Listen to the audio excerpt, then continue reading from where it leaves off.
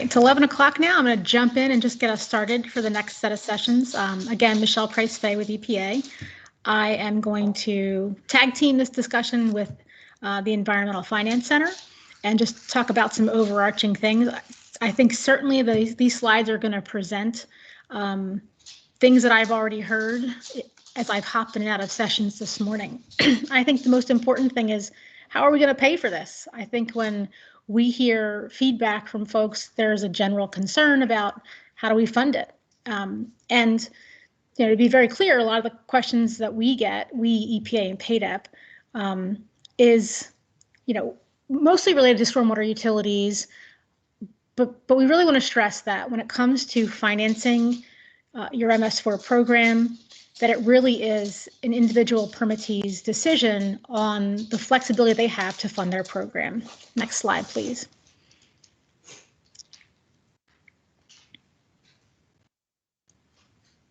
So things to think about and consider.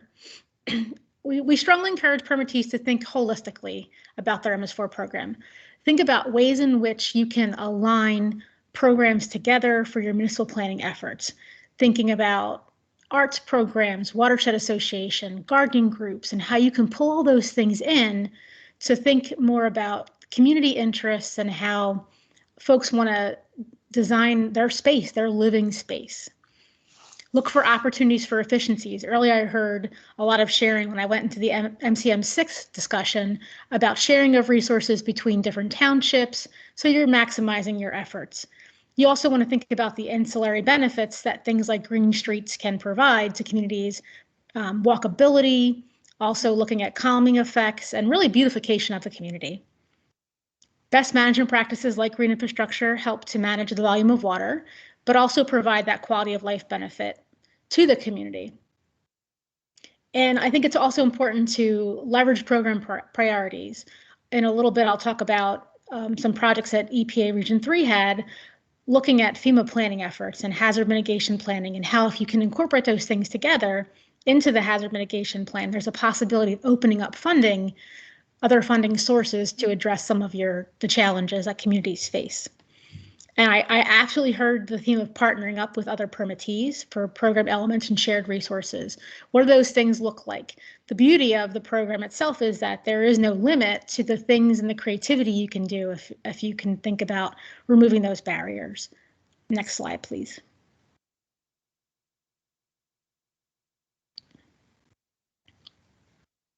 So how can we afford this work? I don't know where the other piece of that is. Maybe, there we go. There are lots of opportunities. It'd be great if we all had blank checks, but we have to find ways to implement this as part of our regular planning efforts. So the good news is your permit provides a great foundation for the requirement to get the work done. Capital improvement plans are ways in which you project funding. And as I heard in the last presentation, really thinking about the timing of that and who needs to be involved, the municipal planning meetings and educating folks. I heard a best practice in the MCM6 presentation about having an acronyms tip sheet. So people, when you say MS4, they understand what that means. Utilizing the Clean Water Act state revolving loan funds are an important aspect to that. Being able to think about what your projects are and how to phase it out. Public-private partnerships are also a place to think about how you're working with private institutions to be able to advance some of your goals in your PRP planning. If it's not already required, or if you're in a part of your area that you can use non-point source program funds, it is prohibited to use non-point source program funds as part of your MS4 compliance, but other organizations outside could look at stream restoration projects that would reduce things coming into the urbanized area and improve water quality. One of the things I'll talk about today is EPA's Green Streets, Green Jobs, and Green Towns program. Some folks on the line today, I'm certain Lancaster, have applied for and received funding through EPA's partnership on the G3, which I think is now in its 10th year. And it's a nice place to seed projects and ideas. There are also brownfields program funds that are available to evaluate how you can take gray sites and revitalize them and incorporate green infrastructure as part of your planning efforts. And in those areas that have urban waters designations, you can use urban water planning grants. Next slide, please. Well, there was more. Other federal, state, and nonprofit grants and technical assistance funding. So I'll talk a little bit about an effort we have in Region 3 to select 10 small to medium Pennsylvania communities to work with. Our goal is to have the communities work with the Environmental Finance Center, and it's for things that do not include design. But we're looking at how best can we serve a spectrum of communities, from starting your PRP to revising your PRP, or to looking at funding strategies for getting the work done. We have some communities selected. We did do a solicitation to Paid Up itself and ask for some recommendations. So we're going to start working with those communities that have been recommended to us. But there's also a little bit of flexibility to add 1 or 2 more communities in the Commonwealth in the Bay for this technical assistance funding. And while we have 10 this year, that is not to say that we couldn't in our out years budget for this. We just want to see how, where the best area of focus would be for these communities, so we can target to the greatest need. All right, next slide.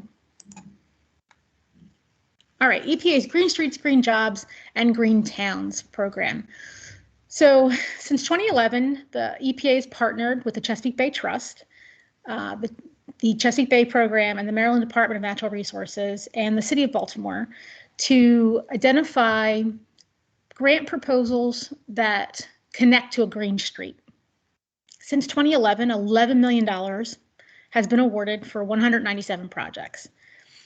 There are, like most grant programs, there are matching funds that get leveraged. So the leveraging for that is $21.9 million. There are 16 miles of green streets that have been designed and built. And again, this program is about connecting to a green street. It's looked at 200 acres of impervious surface area that has been treated. Some of that includes bioretention, looking at native plants and native trees, and the number of folks that has gotten engaged as part of the community with over 10,000 volunteers. The most recent announcement of projects selected was in 2020, and right now the grant proposal is out for accepting proposals, the RFP. $1.4 million was awarded in 2020 to 25 projects, and while the Chesapeake Bay Trust generally runs the program on behalf of the partner organizations, they do have the ability to have agreements or have grants issued to states outside of Maryland.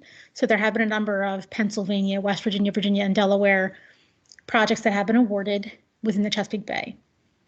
In 2020, there were 2,000 new volunteers and 280 green jobs. So it's a nice place to seed project scoping, project design, and there's even been funding for project installation.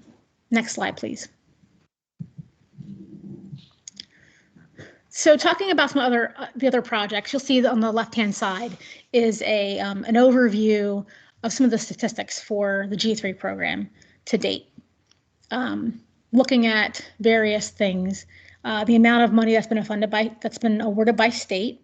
And one of my favorite projects was actually in West Virginia. They were a small community that kept applying for the grant and would get denied. And they kept applying until they received the grant funding. And when we did the project award in that town, it was very interesting. This is when I had a different position with Region 3. Out of nowhere, some business owners came up and just kind of jumped in. And I'm sure many of the local officials on the virtual forum today might understand our trepidation with that when folks are jumping up and talking at press conferences. But they really were in complete support of green infrastructure and this project funding. Their community had received a lot of flooding, and there had just been a recent rainstorm event that would have typically flooded the basement of their business.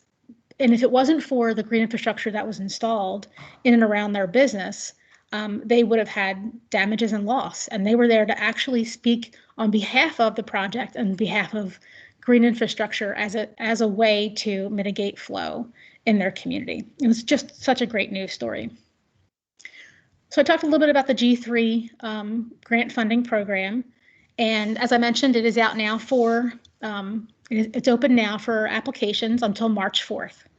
One of the other projects that we have worked on for incorporating multiple regulatory opportunities is the hazard mitigation program. EPA has been working with FEMA and the Corps of Engineers and state emergency management agencies to look at incorporating green infrastructure as an option into hazard mitigation plans, both local and state plans. I think here's where we understand that terminology is really important. Green infrastructure for us means nature-based solutions for the Corps of Engineers. So it's finding ways to bring those programs together so they speak the same language and have the same intent and provide additional opportunity for communities. Another project for EPA was a Resilient by Design assistance. And this focused on developing site designs and plans and hosting community charrettes or community meetings to talk about what was possible for a community in incorporating green infrastructure and the local community profile into that project. Next slide, please. All right, now I'm going to turn it over to Ellen Kohler, who's going to talk about the Environmental Finance Center. Thanks so much, Michelle. And I appreciate everything that Michelle said, and she's absolutely right. We've already heard a lot of these themes in the sessions that we've had, but we'll continue on anyway. So my name's Ellen Kohler. I am the Program Director for Water Resources.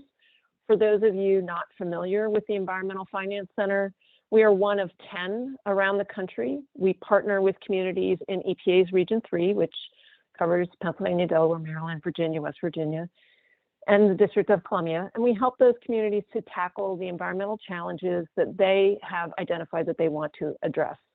We do that by helping to build capacity, providing direct technical assistance, and conducting policy analysis and research. Next slide, please. When we work with communities on developing a stormwater financing strategy, we start off by helping, identifying where they are in that program development process. And it's a continuing process. I mean, even if you've had a program in place for a long time, you still want to continue to assess your needs and identify programmatic gaps and figure out how you're going to fund those new challenges that you have. Next slide, please.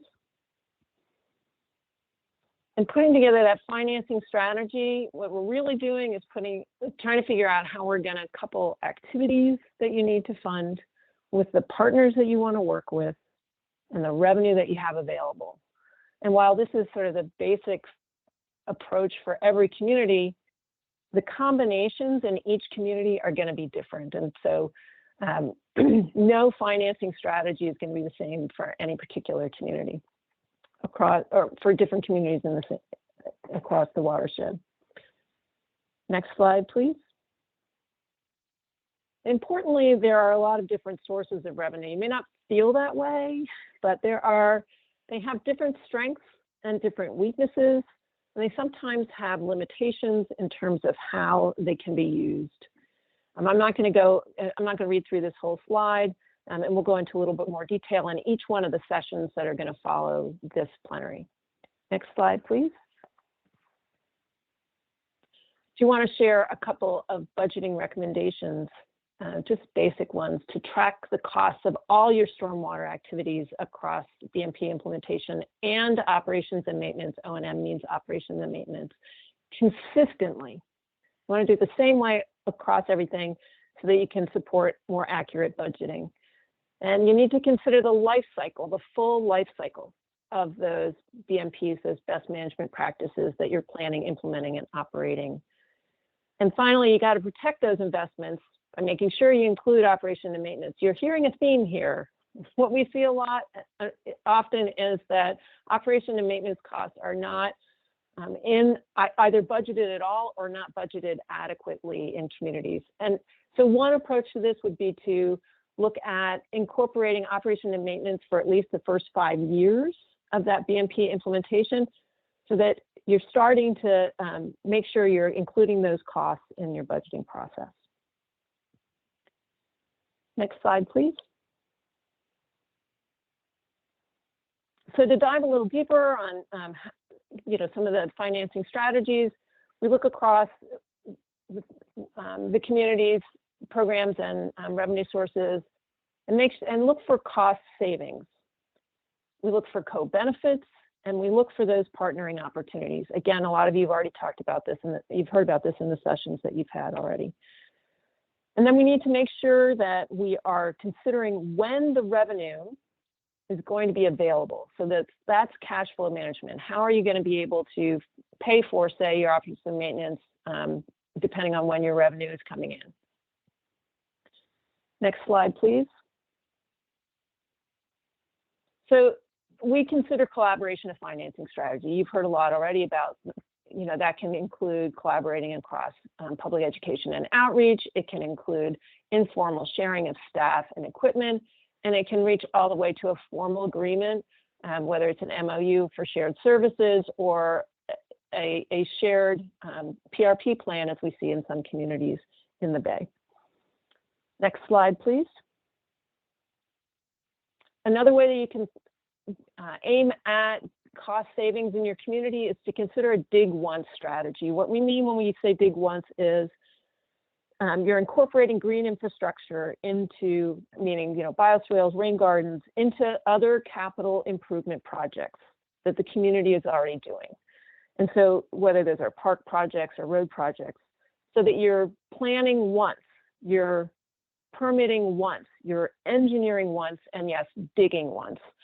And there was some work done looking at the city of Lancaster implementing this kind of an approach, and they were able to realize a 45% reduction in the costs of implementing green infrastructure in their community. Next slide, please. Again, you've heard this already, but engaging with partners is huge, and you want to consider a broad spectrum of partners.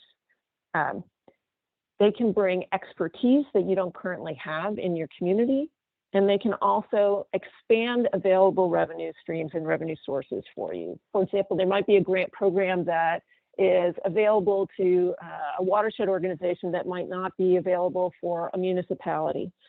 So think about the kinds of partners, these kinds of partners, but also try to consider expanding and being creative about who you might be partnering with to implement your program. Next slide, please.